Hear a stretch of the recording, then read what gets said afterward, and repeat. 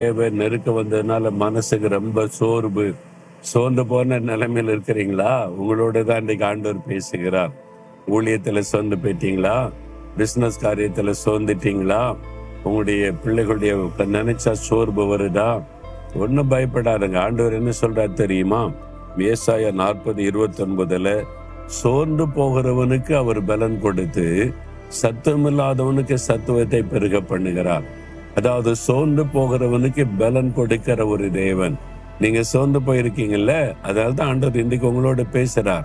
என் மகளை ஏன் சோர்ந்து போன, என் மகனை ஏன் சோர்ந்து போயிருக்கிற? ஆண்டவர் சோர்ந்தே போகிறது இல்லை.